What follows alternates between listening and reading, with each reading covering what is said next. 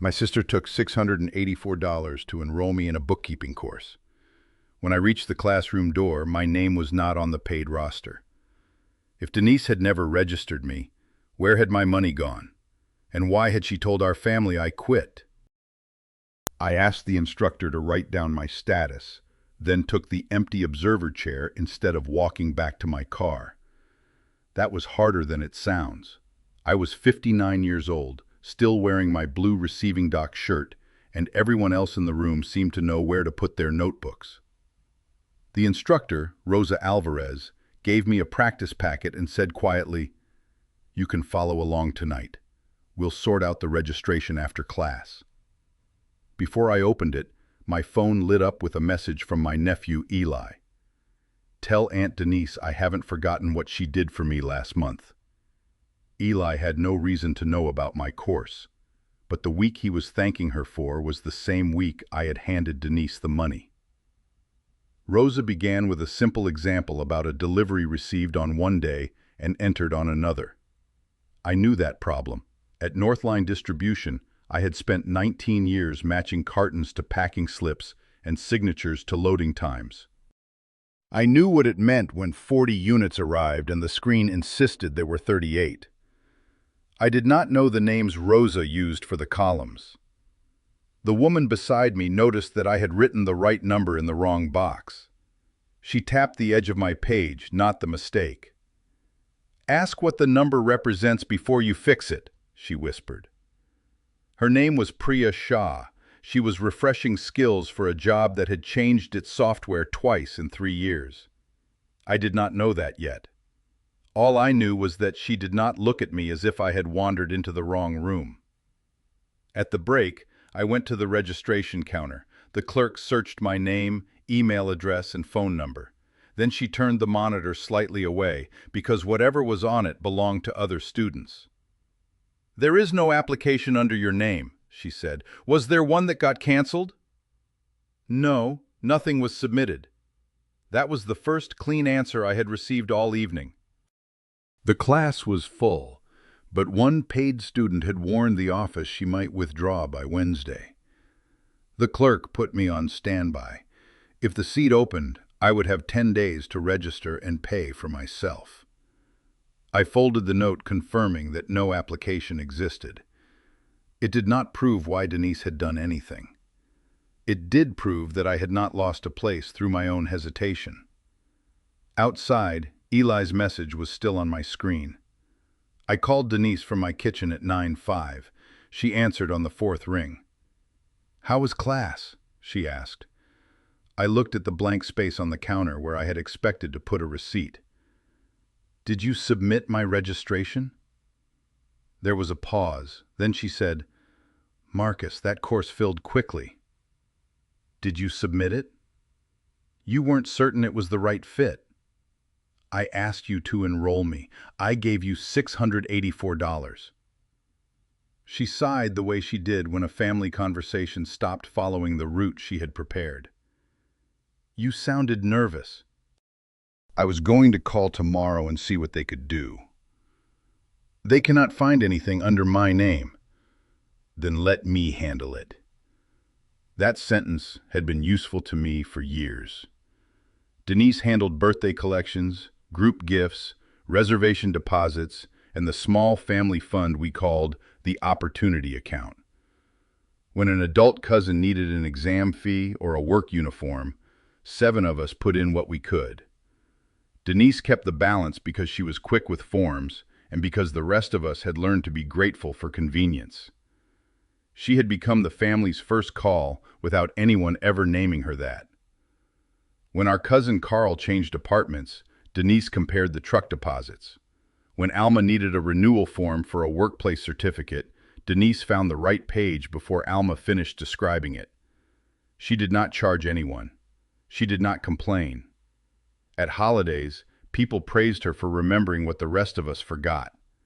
I praised her too. There was a kindness in being the person who could make confusion smaller. There was also power in deciding which confusion deserved immediate attention. I had never separated those things because most of Denise's decisions worked out well enough. 3 years earlier, she had corrected an insurance mailing address for me after I put the envelope aside twice. The next year, she registered both of us for a county history tour. When I mentioned the bookkeeping course, she said, "Send me the link. You'll think about it until it fills." She was right about that part. I sent the link. She called while I was on my lunch break and told me the total. That evening, I transferred exactly $684. She replied with a thumbs up and the words, "I've got it." I had mistaken confidence for confirmation. I had also let her handle things that frightened me. The course was one of them. At school, I had been the boy who could tell you how many ceiling tiles were missing, but froze when a teacher asked me to explain my work at the board. I left after high school and found a dock where accuracy mattered more than polished sentences. For a long time, that was enough. Then, Northline began moving inventory tasks into the office. I did not want a title or a corner. I wanted a chance to learn the part of the work that happened after my receiving log left my hands. Denise knew all of that. She had sat at my kitchen table when I chose the course. She had watched me count the money twice before transferring it to her. "Return the $684, I said, "and do not contact the center for me." Her voice sharpened. "You don't need to embarrass me over a misunderstanding." "The misunderstanding has my name on it. Everyone already knows you decided against it." I held the phone away from my ear for a second, not because she was loud, because she was calm. "Who is everyone?" "The family." "Marcus, you lost your nerve. It happens." She said it like she was giving me a softer version of myself to live inside. After we hung up, I wrote 3 questions for Eli on a yellow pad. What did he receive? What was he told? What had he agreed to repay? I did not send them that night. I had spent enough years correcting shipments to know that an accusation could make a person defend the wrong thing before either of you understood what had arrived. On Wednesday, I went back to class. Rosa did not ask whether the money problem was solved. She handed me the observer packet and pointed to the same chair. Halfway through the lesson, my email chimed. The paid student had withdrawn. My standby window was open. I had 10 days to find $684 I had already paid once. The exercise that night involved a transfer entered under the wrong account. I understood the movement and missed the name. Priya leaned over. "What does the number represent?" "Something moved," I said. "From where to where?" I looked again. The columns stopped being a test of vocabulary. They became 2 places and one honest movement between them. I balanced the page. It was a small thing. It also meant Denise had not been right about what kind of room belonged to me. On Thursday after work, I opened my own accounts. I had $228 in checking, set aside toward replacing a refrigerator that rattled every 3rd night. I had $228 I could take from emergency savings without missing rent or medicine. I had another $228 in a sub-account for an autumn visit to an old dock partner in Tennessee. At 8 that evening, all $684 was in checking. I had not found free money. I had chosen what would wait. My refrigerator would rattle longer. Tennessee would move to spring. My emergency cushion would be thinner until I rebuilt it. My supervisor had mentioned 2 optional Saturday half shifts later in the month. I took them, eventually, to begin putting that cushion back. They did not buy my seat. The seat was paid before either Saturday came. On Friday, at 4:45, I stood at the center counter and completed the registration form myself. The lobby was nearly empty. Through the classroom wall, I could hear chairs moving and Rosa greeting people as they arrived.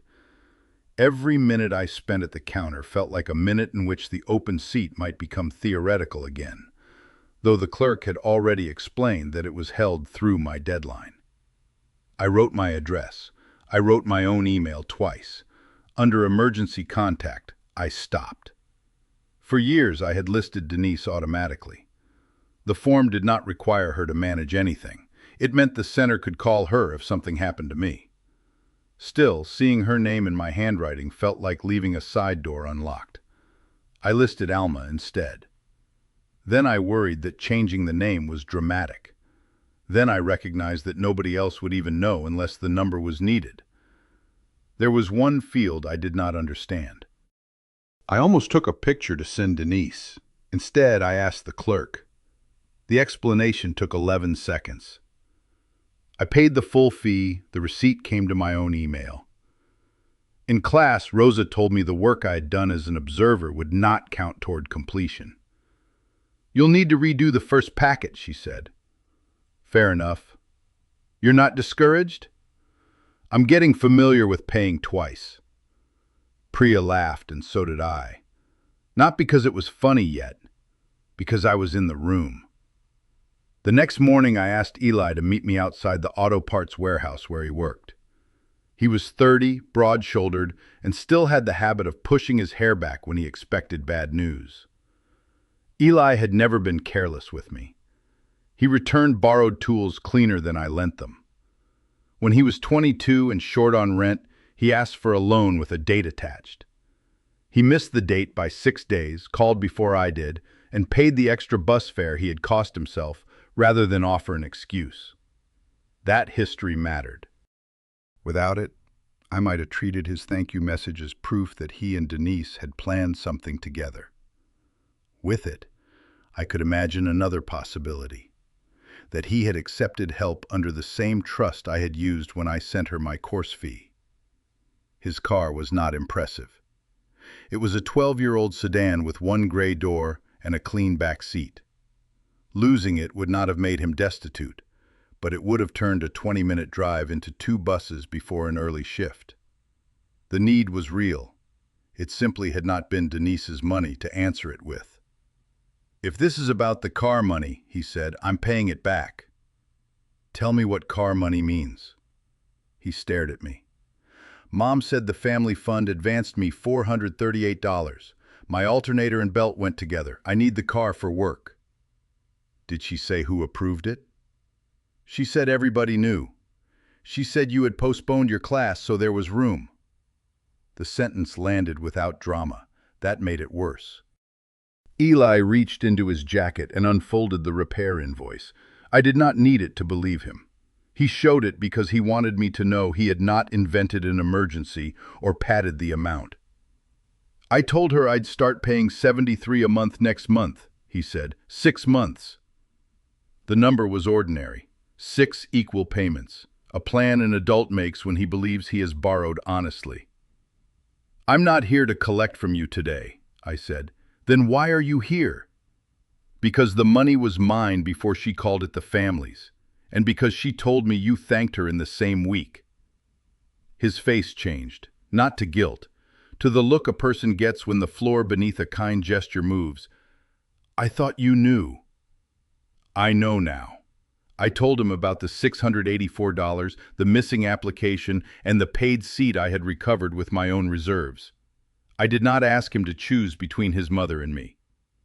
"If there is a family conversation," I said, "you decide whether you come. You decide what you say." He folded the invoice along its old crease. "If she still had the rest," he said, "why did she tell everyone you quit?" That was the question I carried to my cousin Alma's porch on Sunday. Alma was 62 and had contributed to the Opportunity Fund since we started it. She believed in practical help and immediate phone calls. By the time I finished explaining, she had her phone in her hand. "We need screenshots," she said. "I'll call everybody." "Not yet." "Marcus, she used your money." "Yes." "And put words in your mouth." "Yes." "So why are you protecting her?" I watched a wasp inspect the rim of her empty flower pot. "I'm protecting the next conversation from becoming a trial nobody agreed to attend." Alma set her phone down. The Opportunity Fund was not a trust or a charity. It was 7 adults sending irregular amounts to one person because one person had agreed to keep track. Denise had no formal office. She had our confidence, which was both less official and more valuable. Alma admitted she had not asked to see the balance in almost a year. "I liked not having to think about it," she said. "So did I." We agreed that I would speak to Denise privately once more. If that failed, Alma would host a voluntary meeting. Every contributor would receive the same facts and decide whether to come. Alma would not recruit votes. Neither would I. Before I left, she said, "A fund for opportunity should not require one person to ask all the hard questions for the rest of us." In the second week of class, I entered a transfer twice. In the third, I put a payment in a catch-all column because I did not know where it belonged. Rosa circled it and wrote, "What is this?" At work, I took the first optional Saturday shift and spent 4 hours checking damaged cartons against return tags. The money began restoring my emergency cushion. It did not change the fact that I had taken the risk before earning it back. Denise left messages. The first said, "Call me when you're ready to be reasonable." The second said, "I can make the numbers right." Neither answered whether she would correct the story she had told. Priya and I began studying at the bus stop after class. She was not naturally confident, as I had assumed. She had returned because a software change at work made her feel as if the floor moved every Monday. "I hate asking questions I think I should know," she said. "I hate asking them when someone else might agree I should know." She smiled. "That is most questions." By the fourth week, I could reconcile a short practice account without her pointing to the next line. I still worked slowly. I still wrote the plain language meaning above Rosa's terms, but I had begun asking aloud. That change followed me outside class. At Northline, I asked why a return tag had been closed before the carton came back. The answer was harmless. A supervisor had prepared the record early. On the bus, I called the utility office about a charge I did not understand instead of leaving the statement for Denise. It took 4 minutes. The charge was correct. None of these questions uncovered another betrayal. That was important. Direct asking was not a weapon that revealed villains. Most of the time, it simply replaced guessing with an answer. On the second Saturday half shift, my supervisor offered me a full extra day. The money would have rebuilt my cushion faster. I declined because I had a capstone practice set due Monday. Paying for the course twice did not mean I had to punish myself until the money disappeared from memory. That mattered when Denise finally asked me to meet at an all-night diner. She arrived with an envelope. Inside was $246 in cash. "That's what is left," she said. "Eli will repay the rest." "Why did you use it?" "His car failed. He could have lost his job. Why did you tell him the fund approved it?" "Because it was a family need." "It was my course payment." "And you have waited 19 years to take a course?" "Eli needed the car that week." There it was. Not confusion, not a missed deadline, a ranking she believed she had the right to make. She pushed the envelope toward me.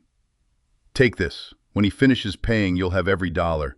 Just tell everyone you decided to delay. We do not need to tear the family apart over one class." "I'm in the class." She blinked. "What?" "A seat opened. I paid for it." "With what money?" "Mine." Her hand stayed on the envelope. "Then you are fine." "No, I am enrolled. That is not the same as being fine." I asked her to return the money without conditions and correct the story herself. She would not. She said the fund discussion was coming. She said people would panic if they thought she had used money without permission. She said once Eli repaid it, there would be no harm left to explain. I left the $246 on the table. "You are choosing the lie again," I said. "Now you know exactly what it cost." She leaned back. "Nobody is going to give up a useful family fund over one missed class." "The class is not missed." That was the point after which I could not return to letting Denise handle things for me. Even if she repaid every dollar the next morning, I had heard the price she placed on the truth. Alma set the meeting for a Saturday in week 8. Before that, I called every contributor separately. I gave each person the same 3 facts. I had sent Denise $684 for a named purpose. No registration had been submitted. Denise would be invited to explain her choice. I did not send my class receipt. I did not send Eli's invoice. I did not say how anyone should respond. One cousin said, "That isn't enough money to split a family. I'm not asking you to split anything. Then what are you asking? Do not say I chose something unless you heard it from me." Carl was quieter. He had received help from the fund when a licensing test moved to another city. He said Denise had paid the fee within an hour. "I don't want to act like none of that counted," he told me. "It counted." "Then what happens to the people she did help?" "They were helped. That does not change." Ruth asked whether I wanted the fund closed. I told her I did not know whether it should continue and did not believe that decision belonged to me alone. Another cousin, Jean, said she would attend only if Denise was allowed to explain without being interrupted. I agreed before Jean finished the sentence. Those calls changed the shape of the meeting before it began. People were not arriving as my supporters. They were arriving with different debts, loyalties, and questions. The only shared fact was that each of them had let Denise's version of my choice stand without asking me. 3 relatives admitted Denise had told them I gave permission to keep the money flexible.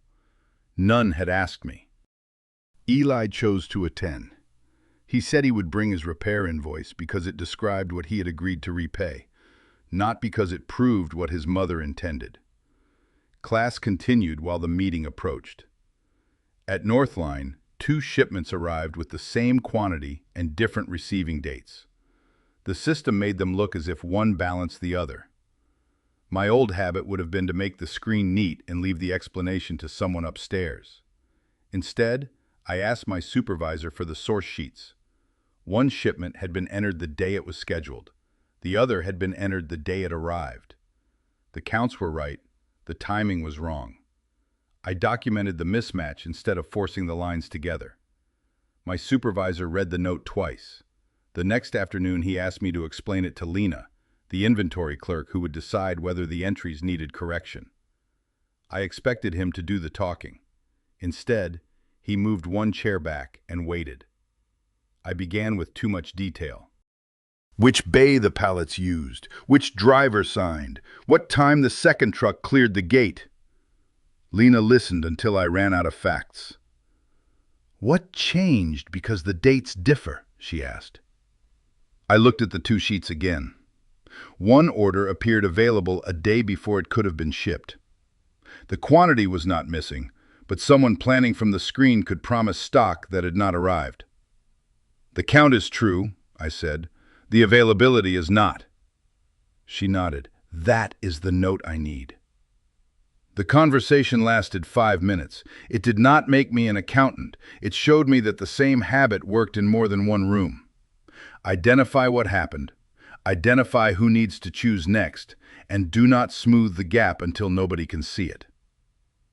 That evening in class, Rosa returned our midterm pages. Mine had fewer corrections than the first packet and one comment in the margin. Clear source, clear question.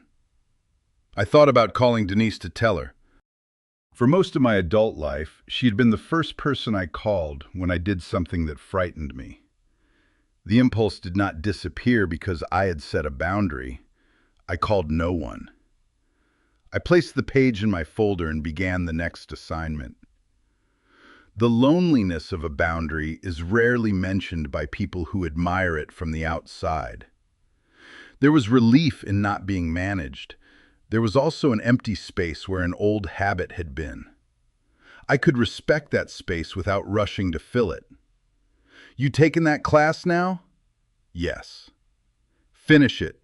We may have 6 hours a week in inventory accounting this fall. You can apply like anybody else." It was not a promise. I was grateful for that. I had spent enough time around family promises that arrived already assigned to someone else. On the Saturday of the meeting, Eli waited in Alma's driveway. He looked more nervous than he had outside his workplace. I sent Mom the first 73 yesterday, he said. Then she called and told me to say the $438 was her personal gift. Was that what she called it before? No, she called it an advance from the family fund. He asked where the first payment should go now. It is part of my original course money, I said. Ask her to return it to me with the $246. If you keep the schedule, send the remaining 5 payments directly to me. You're not asking for it faster? I'm asking for it to go where we both know it is going. We entered separately. Alma's living room had 7 dining chairs arranged in a loose circle, and 1 armchair Denise chose without being offered. Alma opened by saying nobody was required to contribute to any future fund, and nobody was required to speak. Then she looked at Denise. My sister did not deny taking the money. For nearly 20 minutes she described what the fund had accomplished. Carl's licensing trip, Jean's work shoes, Alma's exam renewal, a cousin in Dayton who had needed a deposit for a room near a temporary job. Every example was true, as far as I knew. That was Denise's strongest argument, and she deserved to make it. She had spent 4 years answering messages, remembering repayment dates, and covering small shortfalls from her own checking until contributions arrived. Convenience had not appeared by magic. She had provided it. Alma asked one question. Did Marcus give permission to use his course money? Denise looked at me before she answered. He gave me responsibility for the registration. That was not the question, Alma said, then stopped. She had promised not to conduct a trial, and I watched her keep that promise even when the answer angered her. Denise turned back to the group and moved to the car repair. She explained the car repair. She explained Eli's work schedule. She held up the envelope with $246 and said she had always intended to put everything back. Marcus asked me to handle the registration, she said. That meant using judgment. He has been afraid of classrooms his whole life. I believed postponing was kinder than letting him waste the fee. I felt every face turn toward me. For once, I did not fill the silence with proof. Denise continued.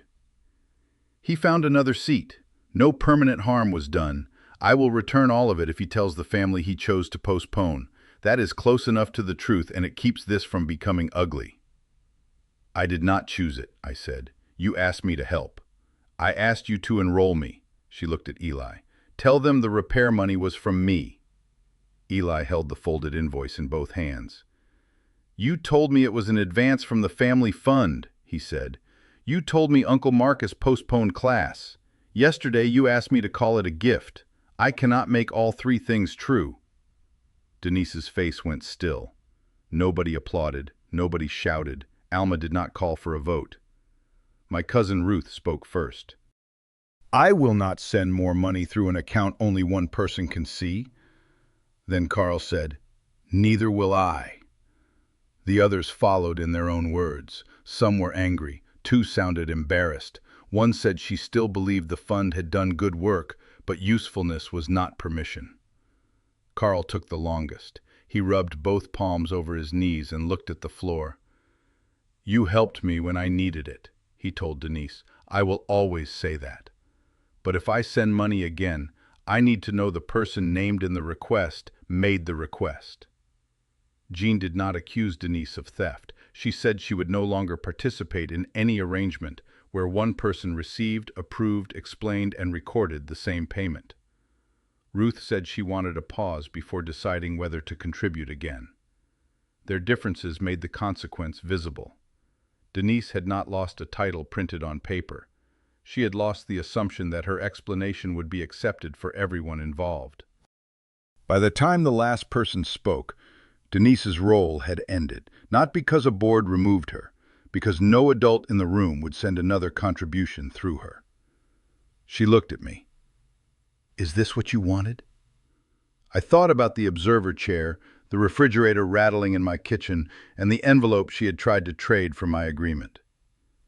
I wanted you to stop telling people what I chose.